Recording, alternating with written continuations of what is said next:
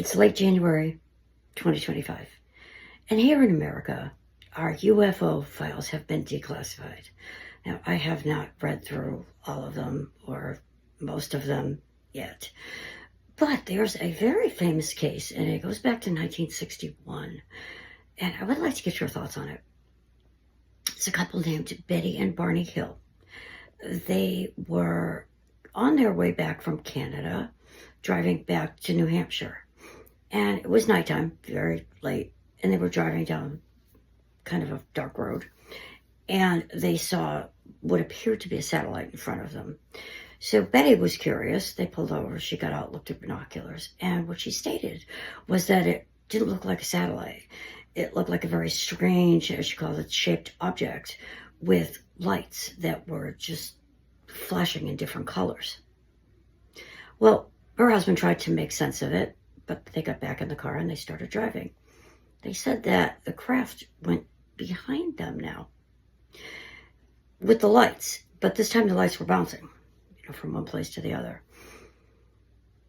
And they just kept driving. She said it was about 30, 40 miles that this thing followed them. And then what they said was that it lit up the inside of the car, like just bright, bright, bright light. By this time they were scared. I don't blame them.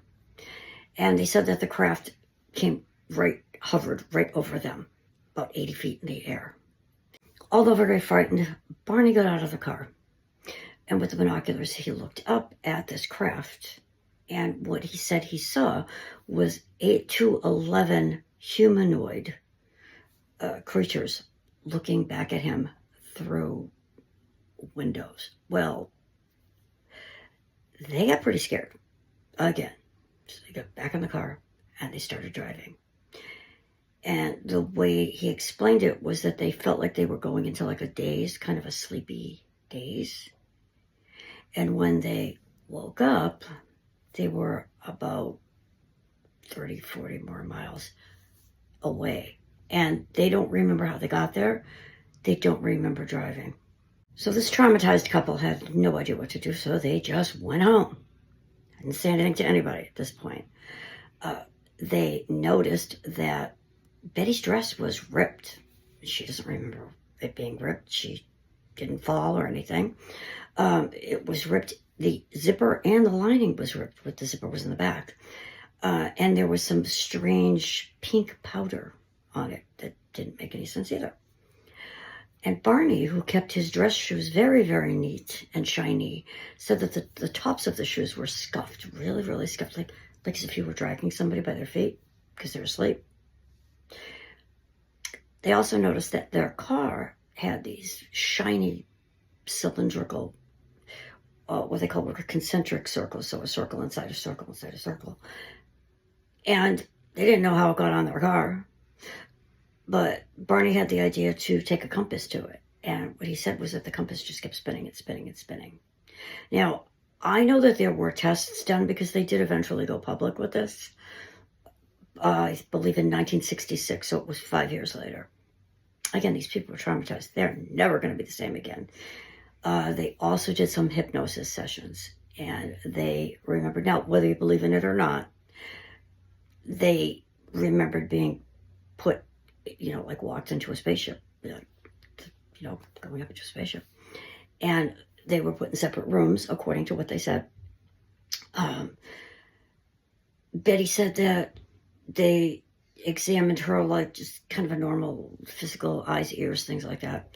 And then she said that there was a needle stuck in her abdomen that hurt terribly. And she said one of the humanoids waved his hand in front of her face and the pain was gone.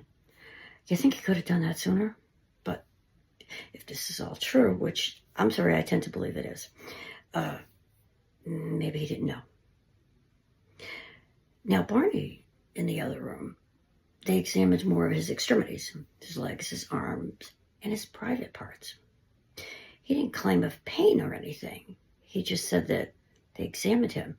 So I'm trying to put two and two together, and it sounds like, to me, they were trying to figure out procreation, how humans procreate. maybe they took something out of her belly. I have no idea. Eventually, Betty and Barney did go very public with this. There's a book about them. There's tons of information all over the place about them with their actual voices. And there's some pictures at the end here that I'll show you. But they were never the same. Poor Barney died at 46 years old. And Betty lived until 85. Now, something I just want to add about this couple that has absolutely nothing to do with the alien abduction, but it does have something to do with the way the world is right now. And that is that they were an interracial couple. Now, I was here and around in 1961, although I was young, but I remember blacks were with blacks, whites were with whites, for the most part. And they were interracial. And what they said was that it never gave them any problems with either family.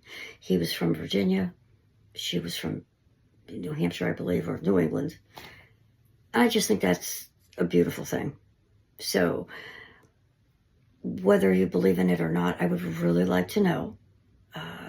In my opinion, I don't think that I have all the answers or anybody has all the answers. So I can't claim, oh, absolutely that's true. But I also don't see why people in 1961 would lie about that. You know what? We used to think, and this is the truth, I'm not joking. We used to say the man on the moon. We thought there were people living on the moon. I'm not kidding. We also thought there were Martians. So when you talked about aliens, they were Martians. Again, I'm not joking. I was born in 1954, and that's what we thought. So science proved it. That's not the case. I wonder if science will prove someday, hopefully soon, that they were telling the truth. Give me your thoughts. This is Paranormal Queen, Lisa Lano.